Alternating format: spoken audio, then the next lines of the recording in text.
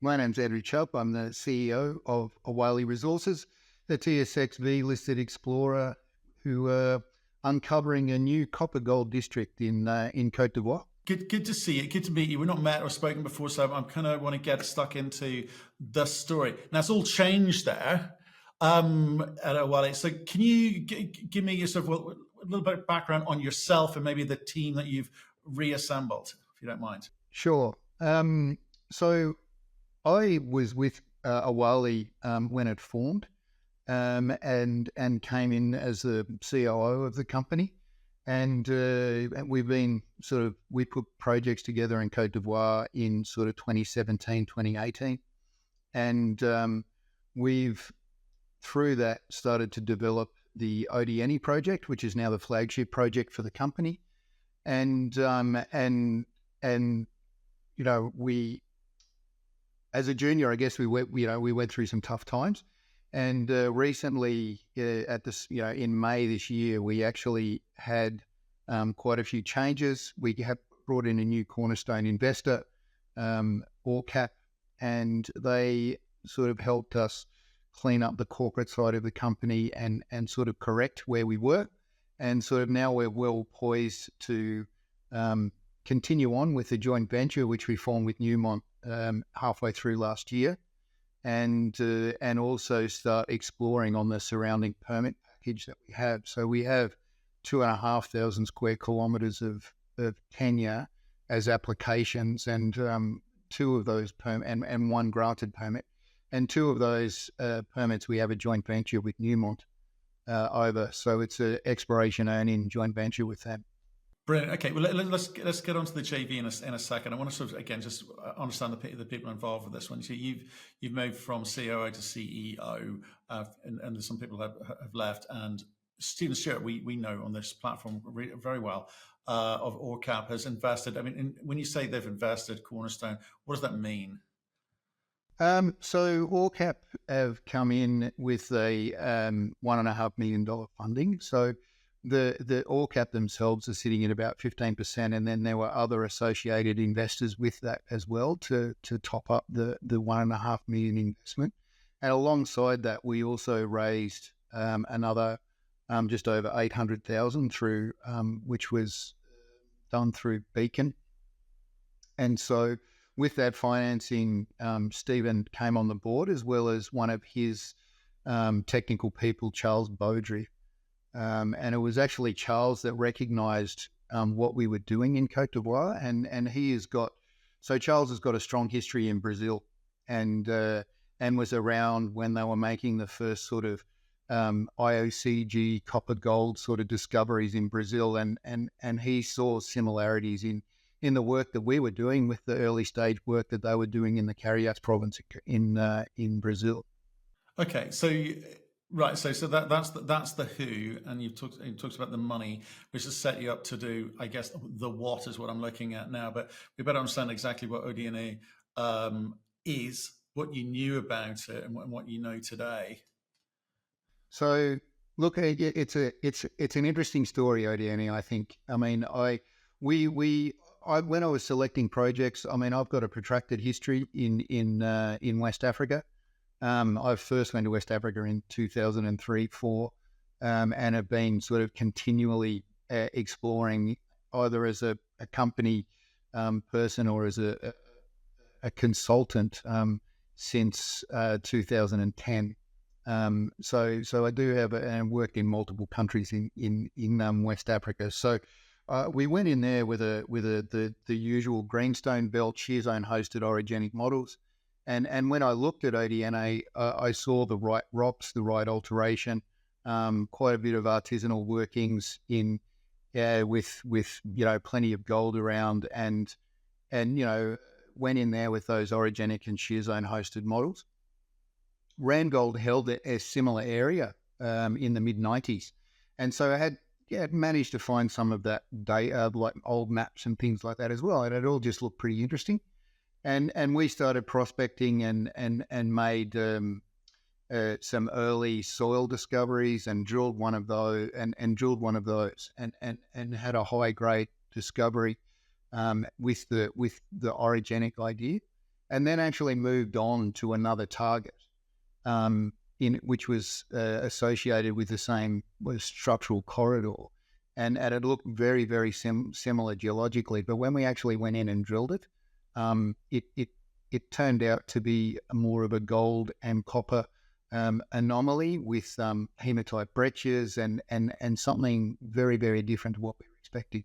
So we went back to all the old data and started to unpack all this. There was base metal anomalism in the Randgold data, which we'd sort of put on the shelf and we're not quite sure. And we knew we were close to the Archean margin, but didn't really have a model for it or why. And so we went back and looked at where we are. So as a geologist, you always should be looking at where you are. And that's not geographically, it's where you are geologically. And so then we sort of started to look at that, and with the data that we had and the geology that we understood, we started to make some inferences that, hey, hang on a minute, we are actually in a similar setting to the Carias province, to the Olympic Dam province, to the Mount Isa province. We could see similarities between all those, and we started to delve further into that, and started to use sort of intrusive related IOCG models for our exploration. And that sort of started to drive more exploration success. And that is actually what we talked about a little bit before, was what sort of started to bring in the interest from Newmont in the project as well. Right. So just I can definitely get to Newmont, definitely. But I'm just interested in that process where you've mentioned in their orogenic type styles, you've mentioned breccias. You're seeing like some similarities to the Carias IOCG deposits in Brazil. The recent drilling that you've done, you talk about 5,000 meters of assays looking to come through. How did you do that? The modeling in terms of targeting, but also what data are you expecting to get from this? Because you've got to get that balance between giving the market what it wants to hear with high grade gold with copper credits, and actually giving you the data that you need to plan out, future drill programs and managing that whole process efficiently. So what was the thinking? What were the discussions? Sure. So look, we're systematic explorers. If there's something I've learned over the years is that you need to be systematic and understand those things progressively. So we've done lots of early stage geochemistry, termitaria sampling and soil sampling, depending on our regolith. Now we've actually managed to flow detailed magnetics over the permit. We've also just finished a permit-wide gravity survey. And at its fairway mapping or layering all that data is how we do our target selection and ranking. And so that's how we sort of made those. We made two early stage high grade discoveries at Charger and Empire, and Sceptre is a huge anomaly. It's 5 kilometers long, which we've effectively now divided into 3 to 4 zones, and we've just drilled the eastern zone, which we called Sceptre East, and the discovery holes there gave us copper, moly, gold, silver mineralization. With peripheral iron oxide alteration, which fits in with the intrusive related IOCG model. So we look at it as kind of hybrid. So everything is still structurally controlled, but they're controlling these late intrusions that are also we believe are driving mineralization as well. So we have these a lot of late intrusions through the district, and they are also driving. We believe they're driving mineralization in the district as well. Right. So, let's talk about. Okay, yeah. I understand, and we will come back to that as well. I'm just trying to get all the moving parts together, and then maybe reorganize them for a better more of a conversation later. So let's get on to the Newmont JV. So obviously, tell us the terms of the deal first of all. Start with that. So so halfway through last year, we signed a deal with Newmont, which was a $15 million earn-in in 2 phases. The first phase is a $5 million spend for 51%, and the second phase is another $10 million to take them to 65%, and also the option to buy a local holder for another 10%. So that would take them to 75% at the end of that 15 million spend with the local buyer. Right. Okay. And why would they, a very large company, come into a project this early stage with this little information? Are they looking to do the Brazilian parallels, or is there information which they have, which they're privy to, which kind of got them over the line in discussions with you? Well, I think, look, the bigger companies are always looking at where the major sort of crustal sort of the major crustal sort of things interlock. Okay, so Archean margins are particularly interesting to them. We're on a flexure on that Archean margin as well. So we have seen district scale alterations. So when I've gone and looked outside exactly where we are, we see the same alteration, and so they come into things with a district scale idea, and the fact that we had but then on top of that, the fact that we'd seen high grade fluid flow with the discoveries at Empire and Charger, that sort of helps. So a few 100-meter gram intercepts at an early exploration stage is always a good indicator that that something has got potential as well. So a combination of regional potential along with proven high grade fluid flow is something that would bring, I think, people like Newmont, raise the interest in a project. I've known the local, the Newmont guys for a while, and they've followed what we've been doing. So they're always aware of what we were up to as well. Okay. So, and again, with the I guess the balancing act that small companies need to be aware of, conscious of, and try and navigate is the expectations of the larger company, the bigger balance sheet. What they need to drive their decision making versus what you need to kind of drive your market valuations don't necessarily always match up. And on top of that, come the moment they've spent their $15 million, you need to be able to raise capital and presumably carry your own load to be able to retain that last 25% of this, or is there something more to the deal that we need to be aware of in terms of they'll take this through to FID? I mean, where does 15 million take them or you? Well, I guess there is, like, under the deal, there is an option for them to fund further exploration or scoping and feasibility studies. So there is a deal there. As part of that, there is an option where we can effectively have them continue and dilute down to 15%. And so depending on how things are at that point in time, I guess we cross that bridge when we get to it. But there is that option for Newmont funding if at that sort of feasibility stage of a project a project life. Right, because what I guess what people will be asking is that does that 15 million for 75% equate to a good deal for shareholders? Because I guess there's two things could happen. One, they don't see the size and the scale that they need, which doesn't necessarily mean it won't be good for another company. It just won't be a Newmont-sized project. And they hand you, presumably, they hand everything back to you. Is that what happens? Yeah, that's right. And then we go. So there's a mechanism for us to go back to 51%, and then there's a dilution beyond that if we keep going.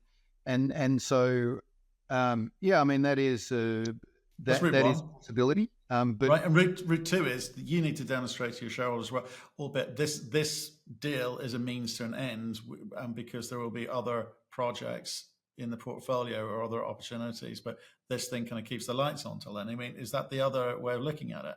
Well, yeah, I mean that's the thing. So I would view what we're doing with Newmont now, from my perspective. What we're doing with Newmont now is we're developing our understanding of the district alteration system that we have. And so as mentioned, we have 7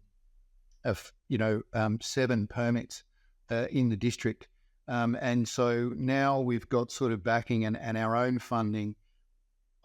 We want to move to get other permits granted and start our own work along strike from where we've been doing the work with Newmont now.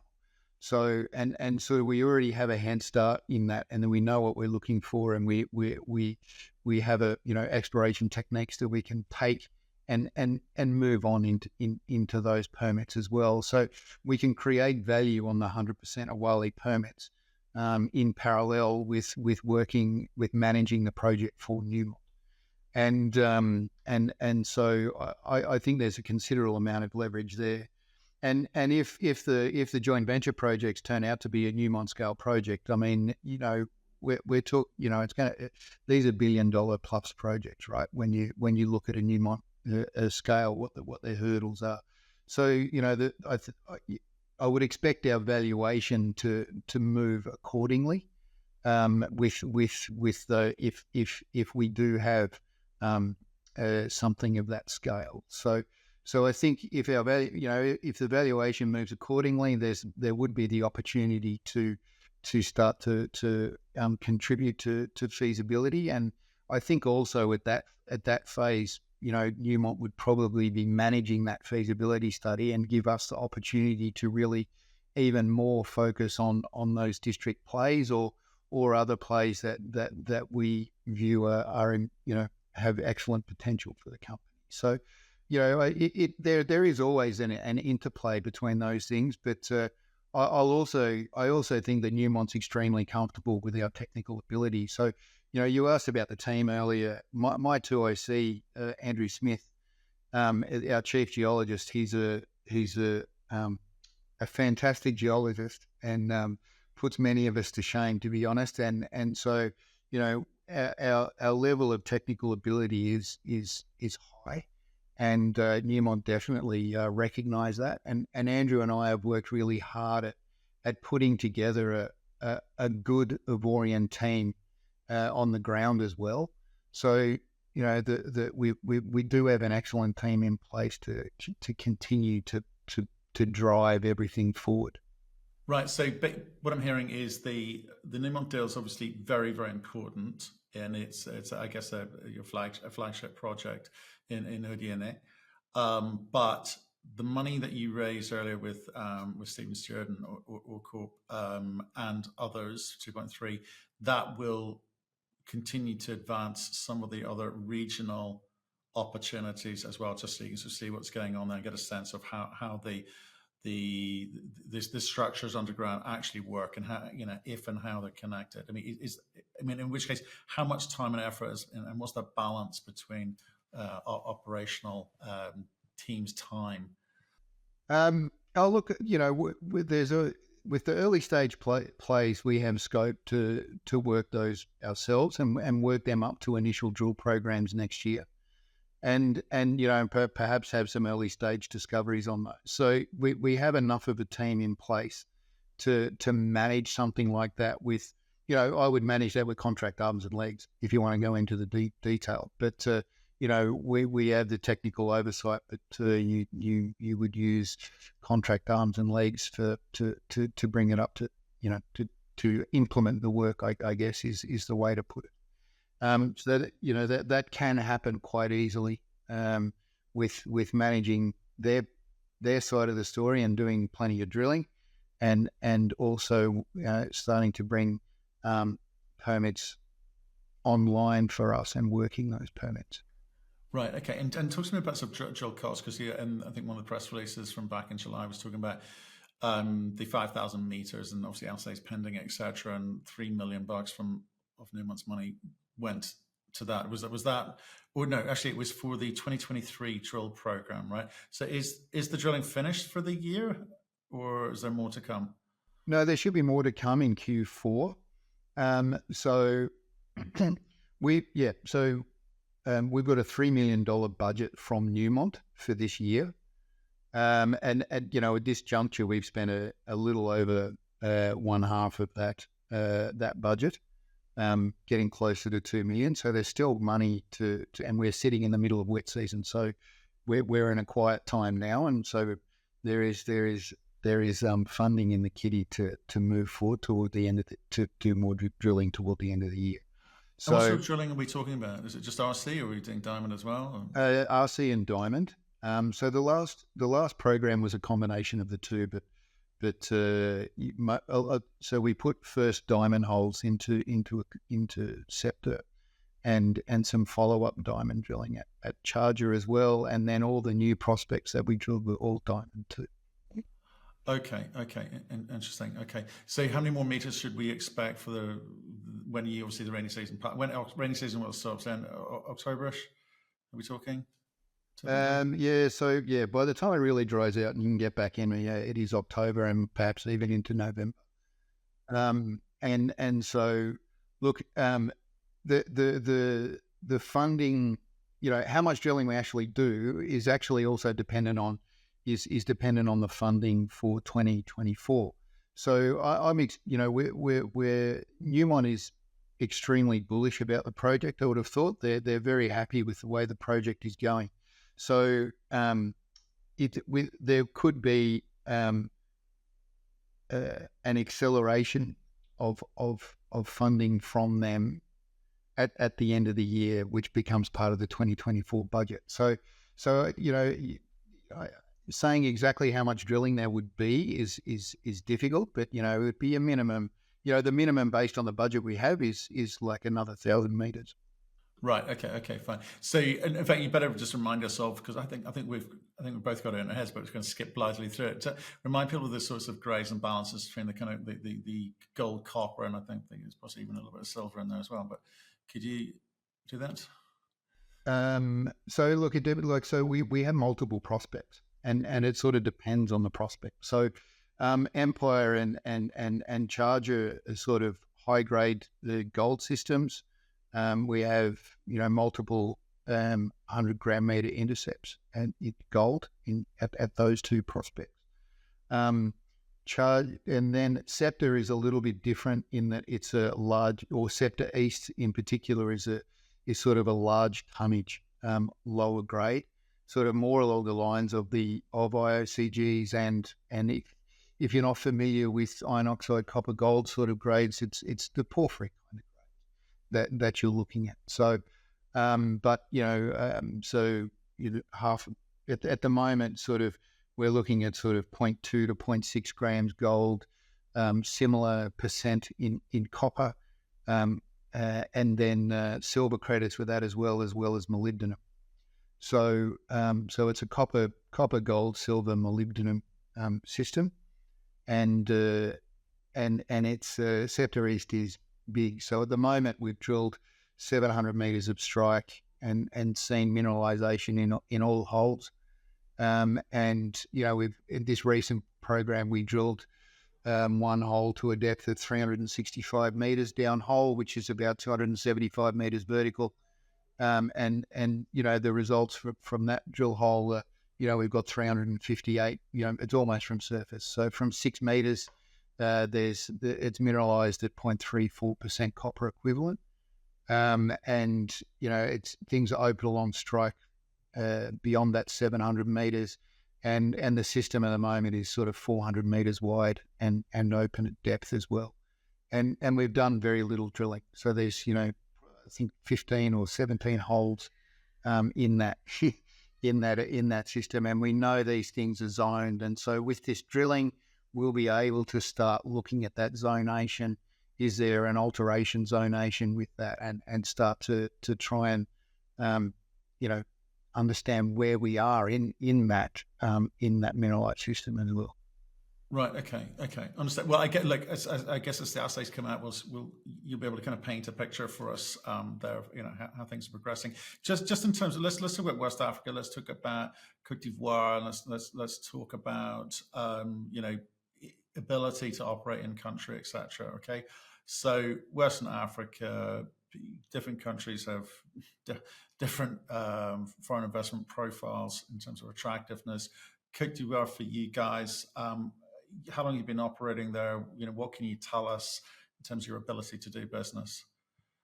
Look, as mentioned, we sort of put the projects were put together in 2017, and the country was actually still quite open from an exploration perspective at that stage. So that's what enabled me to actually peg a lot of open ground in that Odienné district as well. And I even pegged more once we sort of cottoned on to our new IOCG ideas as well. As far as a jurisdiction to operate in, it's a really, like, as mentioned, I've operated in Mali, Burkina Faso, Niger, Ghana, Liberia as well. So when I benchmark, it's a good jurisdiction to be operating in. The mining code is pretty sound, and so we don't really have any issues. We have good relationships with the various people in the government, departments that you need to have relationships with, on an ongoing basis, and keeping them informed of what you're doing. And so it is a good jurisdiction to operate in. And I think it's as a foreign investment, not just in mining, there's been quite a few new mine developments in the last 3 years as well. So Endeavour's developed a couple new mines. So that side of things is really good, but also it's just a general foreign investment destination. Cote d'Ivoire has been a bit of a poster boy in West Africa for the last, since 2012. There's been a lot of foreign direct investment in Cote d'Ivoire. Right. Okay. Yeah, we've spoken to a few companies operating in country. Always worth checking and name checking, etc. Talk to me about moving forward next 12 months and so, in terms of those kind of long poles in the tent and causes for concern, and need managing. Obviously, access to site via roads that work, power, water, all of those sorts of things that you kind of need to kind of manage the guys on the ground, and permitting, obviously, as well. How's that? So for an exploration company, we're extremely lucky because there's a tarred road that goes right through the middle of the property to the main town, which is called Odienné, and we have our Odienné is a large town, I think, sort of in that 50,000 plus range. And so we effectively house ourselves. We've got an office and a large house, which the guys live in, as two separate entities in the Odienné town. And then beyond that, there is laterite sheeted roads that go through to Guinea within the permit area as well. So the access is fantastic. And as far as the senior guys go, there's also regular flights with Air Cote d'Ivoire actually to Odienné. So there's 3 flights a week to Odienné for shifting people around and things like that as well. So it's extremely well facilitated from a logistic perspective, and there are we source very little from Abidjan. We get most of the things from Odienné town or the surrounding bigger towns in the district. Right. Okay. And with regards to the ability to do that, obviously you need permits for quite a few things. Is that a kind of easy process? Permitting is in. We do. You've obviously got drill permitting in place. Are there any other kind of, I guess, paperwork, red tape, obstructions to your ability to do business? No, I mean, look, so for me, I've been operating in West Africa for a long time, and so it's really about talking to people, and so as part of our team, we've got our senior geologist, but we've also got a dedicated community relations ESG person, and we keep a strong relationship with all the different stakeholders in the district, be that at a village level, a customary level, government levels, the gendarmerie, the police, the local mosques, all those sorts of things. We use all those things to facilitate letting people in the district understand who we are and what we're doing. and so that's another thing. That's another thing Newmont was impressed with when they came in, because that's a big thing for them, is that social governance, and so we've got strong social governance things in place. And look, one of the things you do mention is that because our permit was granted earlier, there is what they call Forêt Classée, which are like state forests, which are used for logging in our permit area. And so we've worked with the government forestry authority and other people, and I guess we're not the only ones. Other people have made those relationships with Sodafor, they're called, as well. But we have an agreement with Sodafor where we actually pay for their. They have a tree nursery. We pay for part of that tree nursery, and they do we fund sort of replanting in their state forests as well. So look, that's really the only that one is the only official permitting that we have actually done, is so when we're operating in those state forests, we have given them a 12-month plan, and we operate within those parameters, and every 12 months we renew that 12-month plan. And so but as far as the mining authority goes, we have a good relationship with them as well. They come and visit on a regular basis. There's a guy stationed in Odienné. He knows what we're doing, and so we just keep open door policy with all the stakeholders, and when you operate like that, in my experience, you usually can do what you need to do within the time frames that you're trying to do them within. Okay, well, just to kind of finish up, just remind us of what we should be expecting to hear from you, for the rest of this year and maybe into next. So of course we've got more drill results coming through. So we recently drilled 5 prospects. So there's follow up at Sceptre and Charger, Sceptre East and Charger, but we've also drilled Sceptre Main, Lando, and another one called BDM. So we've got sort of first scout holes in those other prospects, which we're pretty excited about.